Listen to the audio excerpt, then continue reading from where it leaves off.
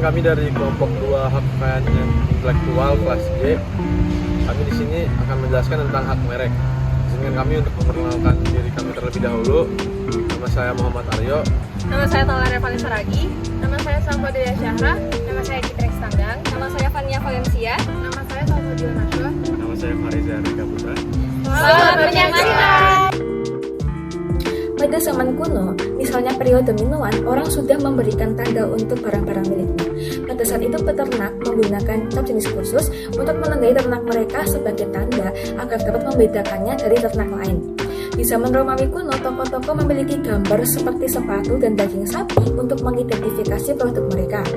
Lalu di awal abad 19, bersamaan dengan berkembangnya industri, berkembang pula penggunaan iklan untuk memperkenalkan produk.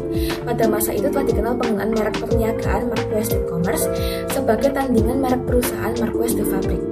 Dari sejarah perkembangannya, pada abad pertengahan sejumlah bisnis seperti pembuat roti dan juga perajin perak dikendalikan oleh serikat pekerja yang memberikan semacam tanda sertifikasi kualitas. Tanda semacam ini tuh kemudian menjadi entitas hukum di beberapa negara seperti Inggris dan juga Jerman pada abad 15. Selain itu diketahui bahwa hukum merek yang berkembang pada pertengahan abad 19 sebagai bagian dari hukum yang mengatur masalah persaingan usaha dan juga pemalsuan barang. Lambat laun perlindungan diberikan kepada seseorang sebagai milik dari orang yang telah memakainya untuk membedakannya dari barang-barang lain yang tidak menggunakan merek tersebut. Peraturan perundang-undangan tentang merek dimulai dari Statute of Parma yang sudah mulai memfungsikan merek sebagai pembeda atau produk timbal pisau, pedang, atau barang dari lembaga lainnya. Dari perkembangan merek tersebut, kemudian hukum merek muncul pada abad 20 dan juga mulai berkembang hingga saat ini. Baiklah, selanjutnya saya akan membahas mengenai pengertian dari merek maupun dasar hukumnya. Merek adalah suatu tanda berupa gambar, nama, huruf, angka-angka, susunan, maupun kombinasi dari beberapa unsur tersebut yang memiliki daya pembeda yang digunakan dalam kegiatan perdagangan barang maupun jasa. Sedangkan pengertian dari hak merek menurut Undang-Undang Nomor 15 Tahun 2001 yaitu hak merek adalah hak yang diberikan negara kepada pemilik merek yang terdaftar dalam umum untuk jangka waktu tertentu menggunakan sendiri merek tersebut atau memberi izin kepada seseorang ataupun badan hukum untuk menggunakan merek tersebut. Nah, merek yang belum terdaftar tidak diberikan perlindungan hukum. Hak merek diatur dalam Undang-Undang Nomor 15 Tahun 2001 dan juga diatur dalam Undang-Undang Nomor 20 Tahun 2016 tentang merek dan indikasi geografis. Pembahasan selanjutnya yaitu mengenai konvensi merek. Konvensi merek terbagi dalam beberapa bagian yaitu Konvensi Merek Paris, Madrid Protocol, WIPO, TRIPS, dan Lisabon. Yang pertama yaitu Konvensi Paris pada tahun 1883. Konvensi Paris adalah perjanjian internasional yang memberikan perlindungan indikasi geografis pertama kali. Pada dasarnya dalam konvensi ini telah mengatur konsep indikasi geografis dengan sebutan Indication of Source dan Appellation of Origin. Salah satu pasal dalam konvensi ini yaitu pasal 6 bis Konvensi Paris digunakan sebagai dasar ataupun landasan untuk menolak atau membatalkan merek untuk barang-barang yang sama jenisnya yang dapat menimbulkan kekacauan ataupun kekeliruan pada khayal ramai. Konvensi yang kedua yaitu Konvensi Merek Protokol Madrid. Sistem Protokol Madrid merupakan mekanisme administrasi yang ditujukan untuk memperoleh perlindungan merek di banyak negara tanpa harus datang ke negara tersebut. Konvensi yang ketiga yaitu Konvensi Merek World Intellectual Property Organization atau yang sering disebut dengan Konvensi Merek WIPO. Di mana dalam Konvensi WIPO ini bertujuan untuk mendorong kreativitas dan memperkenalkan perlindungan kekayaan intelektual kepada seluruh dunia. WIPO juga berupaya untuk melakukan promosi atas perlindungan dari hak atas kekayaan intelektual ke seluruh penjuru dunia. Konvensi yang keempat, Trade Related Aspect of Intellectual Property Right atau yang disingkat dengan TRIPS, yang berarti aspek-aspek perdagangan yang bertalian dengan hak milik intelektual. Perjanjian TRIPS atau Konvensi TRIPS adalah perjanjian yang berlaku untuk semua anggota organisasi perdagangan dunia. Perjanjian ini menetapkan standar minimal untuk regulasi kekayaan intelektual di negara-negara anggota WTO. Dalam pasal 15 dan 16 Konvensi TRIPS menetapkan bahwa pemilik merek yang telah terdaftar memiliki hak eksklusif untuk melarang pihak ketiga yang tanpa izin dari pemilik merek untuk memakai atau menggunakan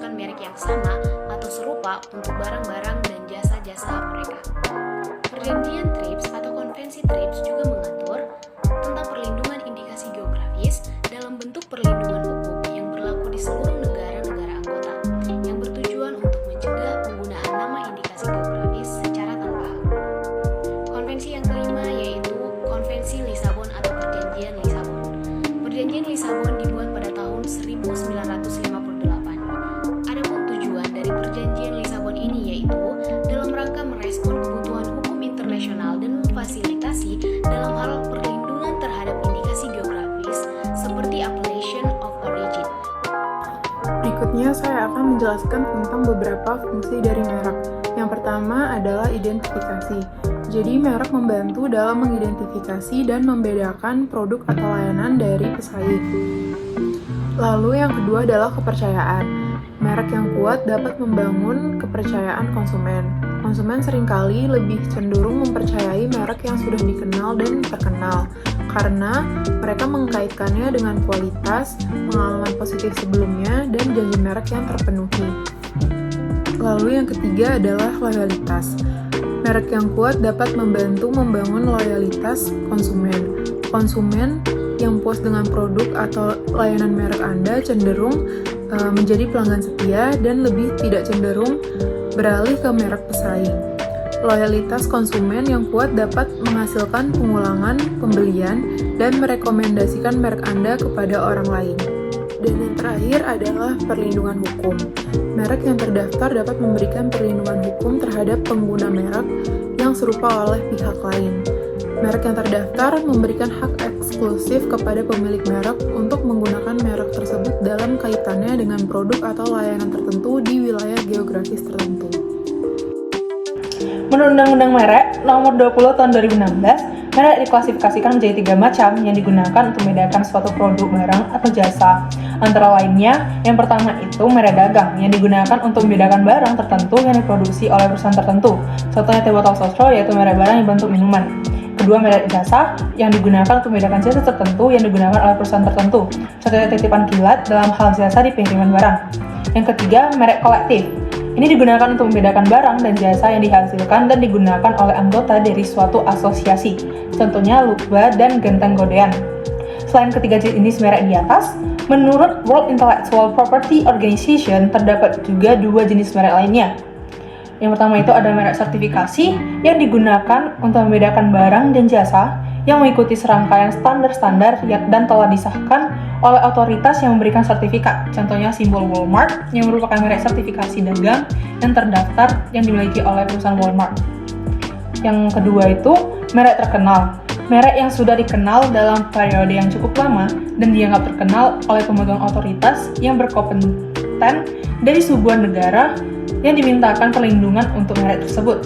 Contohnya Coca-Cola yang merupakan merek terkenal dari sebuah minuman ringan. Jadi jika ada perusahaan lain yang memutuskan untuk memasarkan produk lain dengan menggunakan merek Coca-Cola, maka dia harus meminta izin dari perusahaan Coca-Cola terlebih dahulu. Untuk dapat mendaftarkan merek dari sebuah produk, ada beberapa tata cara yang perlu dipenuhi.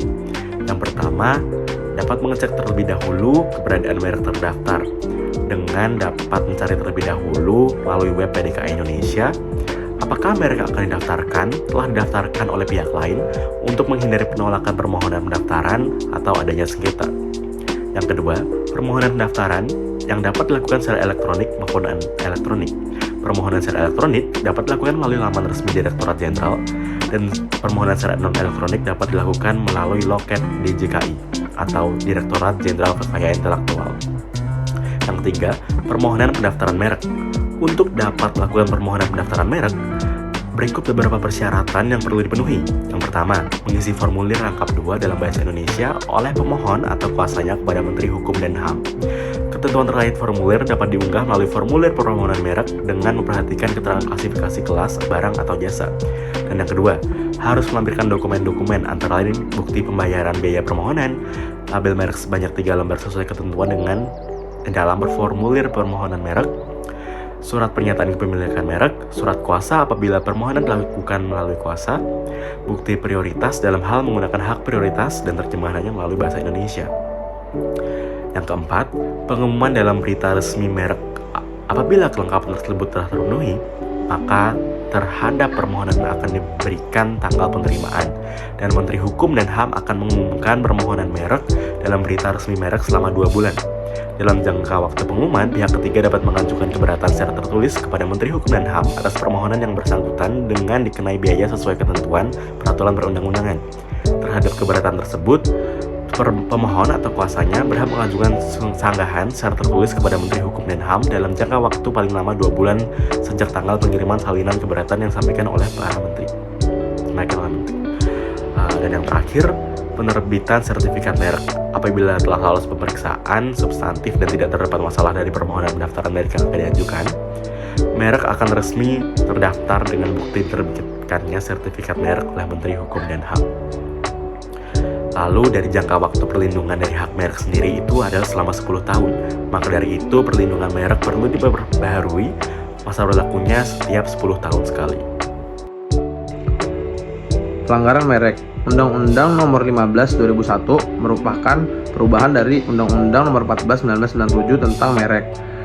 Diharapkannya dapat memberikan perlindungan terhadap hak merek dari perbuatan-perbuatan yang melanggar hukum. Karena sering terjadinya perbuatan-perbuatan yang melanggar hukum yang dilakukan terhadap hak merek, terdaftar baik merek dagang maupun jasa atau sebagai usaha persaingan yang tidak baik. Pelanggaran merek yang terdapat terjadi seperti peniruan, pemalsuan, ataupun pemakaian merek tentang hak terhadap merek-merek tertentu. Keadaan seperti ini tentu hanya akan merugikan pemilik merek, tapi juga akan merugikan para konsumennya tersebut. Baik, materi selanjutnya tentang pengalihan hak atas merek. Dalam peraturan perundang-undangan Indonesia terdapat Undang-Undang Nomor 20 Tahun 2016 tentang merek dan indikasi geografis. Undang-undang ini juga kerap dikenal sebagai Undang-Undang Merek atau Undang-Undang MIG.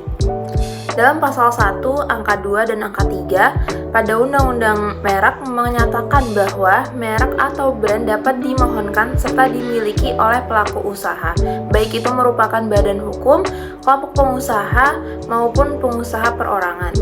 Setelah sebuah brand dimohonkan atau resmi terdaftar, hak milik atas brand tersebut dapat dialihkan kepada pihak lain. Pasal 1 angka 5 dalam Undang-Undang MIG menyatakan bahwa hak atas merek merupakan hak eksklusif. Dengan demikian, aturan tersebut menjadi dasar hukum dilakukannya pengalihan hak atas merek. Selanjutnya terdapat alasan yang dapat diterima dalam permohonan pengalihan hak atas merek. Itu terdapat 6 alasan. Yang pertama, pewarisan berdasarkan pasal 832 KUH PER, yang kedua wakaf, yang ketiga wasiat, yang keempat hibah, yang kelima perjanjian, dan yang keenam itu sebab lain yang dibenarkan oleh ketentuan peraturan perundang-undangan. Kemudian cara melakukan pengalihan hak itu ada 4 cara. Yang pertama itu dapat dilakukan oleh pemegang hak saham. Yang kedua melengkapi semua persyaratan. Yang ketiga mencatat pengalihan hak. Dan yang keempat ada pengumuman pengalihan hak merek. Selanjutnya saya akan menampilkan contoh dari pengalihan hak atas merek. Sekian materi yang dapat kami sampaikan. Terima kasih. Jangan lupa like, comment, dan subscribe. Bye.